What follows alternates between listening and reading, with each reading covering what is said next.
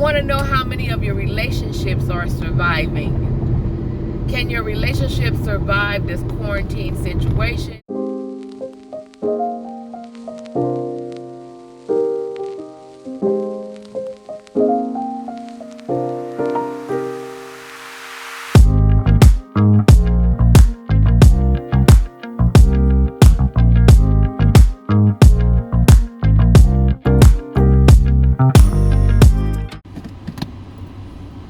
Hey y'all, how your day doing today?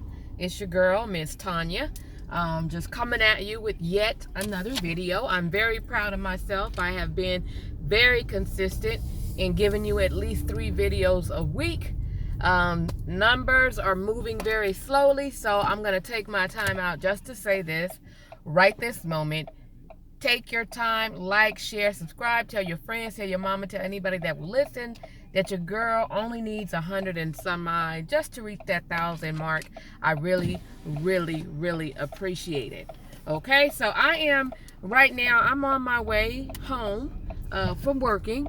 All of us are not 100% quarantined. I try not to get out here that much, but you know, life goes on and I still have to make $1 to pay mortgages and rents and all that kind of stuff, right? So we still have business to take care of, and if we can do it, why not do it, right? So that is my whole thing. So I will go home and I will do me a steam just to make sure that anything that's living in my throat and my nose, because I am around people when I'm working. I'm doing appraisal, so I'm going into people's homes. A lot of times I play it by ear, whether or not I'm going to wear gloves or a mask. Just, you know, I kind of feel them out, look at the cleanliness of their home and this, that, and the third. But I don't take any chances. When I get home, I do like a little detox. I make sure that I scrub myself elbow to elbow. I also like I said, I do a steaming where I put some hot water into, or put water into a pot along with some sea salt just to give it a saline solution, because the virus cannot survive in high heat. So I try to make sure that I do that at least every other day. I try to go ahead and keep myself together, because I do have underlying conditions. So I am one of those people that are at risk. I have high blood pressure. You know, I at one point was diagnosed with chronic kidney disease as a result of the high blood pressure. And from what I understand, the reason people with high blood pressure are at risk is because the type of medication that we are on is ACE inhibitors, and the virus actually attacks the ACE hormone, which is already inhibited if you are on any type of high blood pressure medicine. Anyway, that is not what this video is about, but of course with everything that's going on, you can't help but, or I can't help but to mention it. So here's the thing, I wanted to come to you guys today because I want to know how many of your relationships are surviving. Can your relationship survive this quarantine situation? I have seen on many occasions lately that relationships are not surviving. You're really spending, either because you're really spending a lot of time with your loved one, and before y'all had work, y'all had y'all separate places, y'all saw each other on the weekends, maybe a couple of times a week, but now you in each other's face 24/7. Are you surviving that? Are you learning new things about the person that you call yourself being in love with, engaged to, married to? Are you learning new things because of the amount of time that you're having to spend with one another? I know for a fact that most new relationships will probably struggle through this situation, because there'll be some situations that one person may feel a person should react a certain way, but the other one feels no, because the relationship is new, so they don't act at all, which cause a level of, let me see, confusion. I don't know if confusion, but just miscommunication and too high of expectations on somebody that's not your man or your woman. Let me explain. So I have a girl, she's probably gonna see this video, and you know, she's going through or went through a situation, and met a guy, and of course, because of the coronavirus, she hasn't been able to work. And of course, you know, all of us are, as her friends, we love her. So, of course, we're going to try to help and do what we're going to try to do. But is the person that you just meet, and you may be intimate with them or not, are they obligated to help you? My answer to this is no, they're not obligated, but I'm looking at you strangely because you haven't offered to help, okay? If you're in a position to, let me say that. And even if you're not 100% in a position to help, you know, do what you can. I got $20 on this bill, or whatever the case. It's the fact that you don't offer that becomes a problem. Because let's face it, all of us out here struggling. And if I'm not responsible for you, I'm not your woman, or you're not my man, then we have no true responsibilities to one another. So to say, we're close and intimate friends, but not all friends are built or created equally. All friends are not going to jump to your rescue. This is when you really, really get to see who your friends are, as who steps up to the plate. Because at the end of the day, like I said, we are all struggling, and we may not have anything extra to put towards a friend situation. But I think that when you're in a romantic relationship, or you're building a romantic relationship, there's a certain amount of expectation to be had, meaning that that person should be concerned about your well-being, and more so than just, oh, my bad, or, you know, yeah, everybody's struggling. Don't throw those little tidbits of concern and you're not offering any type of help. And it don't even have to be necessarily monetarily. Like, you know, if you don't have the money, you just don't have the money. But at least put that out there. I would help you, but I don't have it. That's number one. Number two is, what can I do to make your situation different, or better, I should say. Because I think at the end of the day, we all just want to know that the person that we're spending the most time with, the person that we're intimate with, that they actually give a damn about us. You know, that's very important. In marriages, I think that it's going to be a little bit different, because at this point, if you've gotten married, you've spent a lot of time with each other. Hopefully, you've been through some ups and some downs, worse than this one. I mean, the fact that we're all quarantined and locked up and can't really move, that shouldn't really be a down per se, unless you guys are already struggling in the relationship. So, you know, if you were already struggling, the fact that you had a little break or whatnot from each other by going to work, being able to visit with friends, it gave you some breather and some room from one another, where you could actually come together and, you know, kind of not be on top of each other and make the situation worse. But at the end of the day, if you're married, I would hope that you wouldn't get married until you have been through a few things with one another, and you know how each other responds.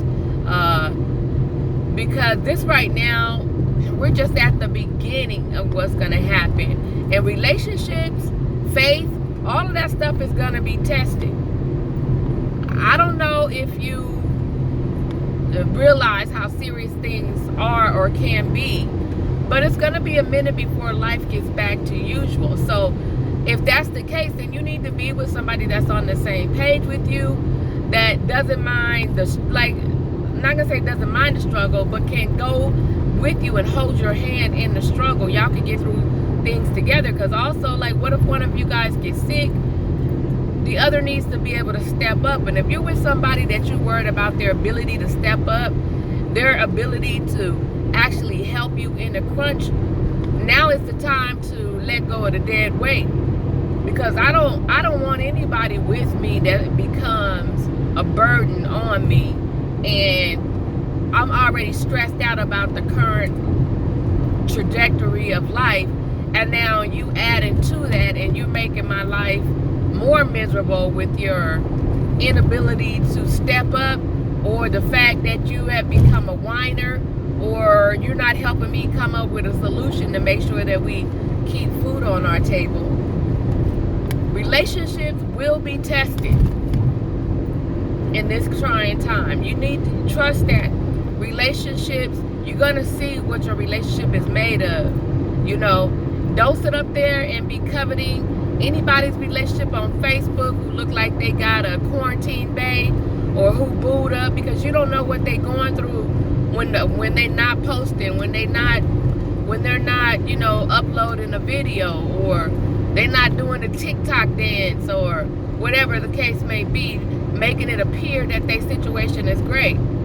I say that this is a time for you to actually have some real conversations with people that you plan on spending a lot of time with, people that you're in a relationship with. You guys actually should have a game plan about how you're going to tackle this thing if it lasts another 30, 60 days, which is a very big probability that it has, because we haven't even began to bend the curve in the right direction for not having any new cases, because a lot of people are not taking heed and they're not taking this thing serious. So if you're already worried about your health, you damn sure don't need to be worried about your relationship. So that's why it's very important to have those conversations with people that you intend on being with. And listen, don't assume that somebody should respond a certain way. If you don't like the way that your mate or your potential mate is responding, it's all about communication. It's time for you to open up and actually have a conversation with them and tell them what you expect. That way you or him or her, you guys are not wasting any time. Let's put all this shit on the table and decide if this situation is for us. Because we need to quarantine in 2 separate households if we're not on the same page at the same, at the same time. Like, that's just, as adults, that's just what needs to happen. I pray for you guys' relationships. I'm not in a relationship. Sometimes I wish that I was. I will say that I have a peace of mind because I'm not in a relationship, and I generally only have to worry about my children and my grandchildren right now.